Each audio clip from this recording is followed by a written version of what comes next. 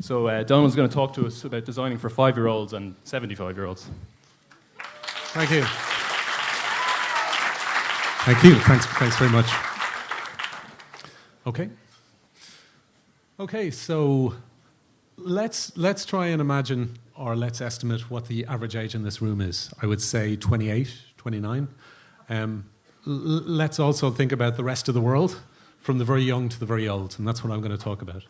So where I work, as was just mentioned, there is a very, very broad range of people that we design for, from literally 2-year-olds in this product here, same product for the parents, and that is an ongoing struggle.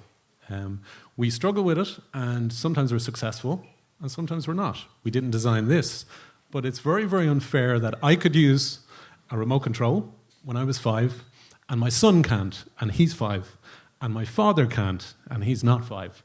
So he wants to see what's up next. Good luck. How did that happen?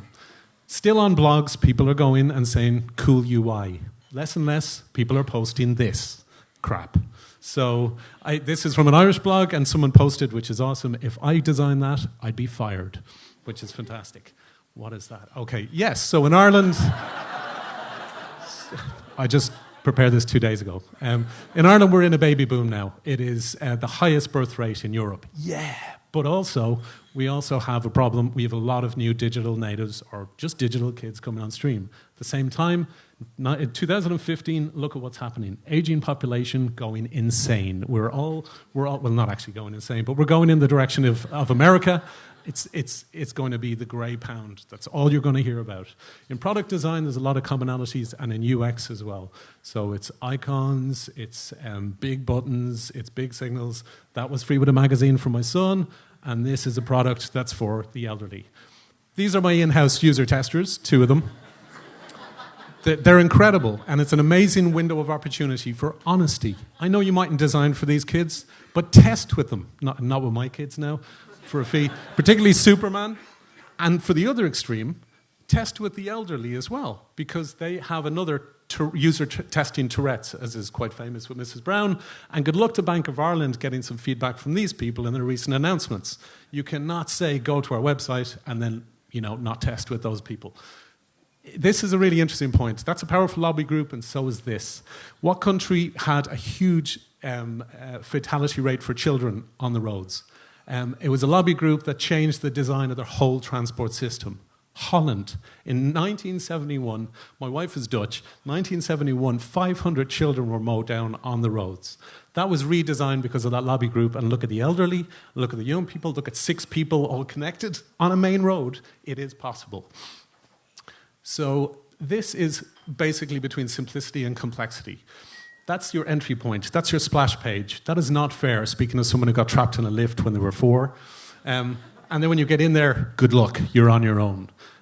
It's related to, again, simplicity and complexity in a publisher we've recently worked with, our design team in HMH, called Randall Munro.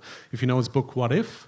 Just tomorrow, on the eve of the launch, is the Thing Explainer. Complicated stuff that's explained very simply.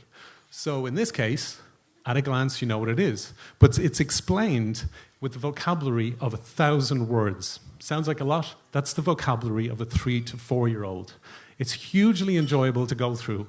Imagine if you got onto your IT help desk, or you were ringing about a problem with your iPhone, and was described in the language of a 3 to 4-year-old. It would be incredible.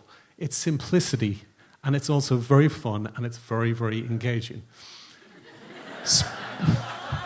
Speaking of help desks, who has been on the phone to their dad, or likewise, you've been on the phone trying to get your printer connected? It feels a bit like this, with the edge turned around. But if you find yourself saying it's the button beside the squiggly button, it's this. It's the same language. Universal design, or design for all ages, that sector of it can be done. The Muppet Show proved it with the genius of Henson. Your granny, your mum, and yourself all laughing at the same content on different levels. More recently, simple design. You're on the Lewis, 60-year-old playing this, 16-year-old playing this, 6-year-old playing this. It's age agnostic, I guess. American term, possibly. Age neutral, even worse. But that's what I'm talking about. Just wrapping up, another great example. It doesn't have to be bad design. As soon as children can read, they're starting to use Duolingo. App of the year, I think 2 years ago. That's a shining beacon, hope for the fact that we can do this and it doesn't have to look for kids. Wow. So stop designing for these beautiful people and start designing for these incredibly, possibly related, beautiful people. Thank you.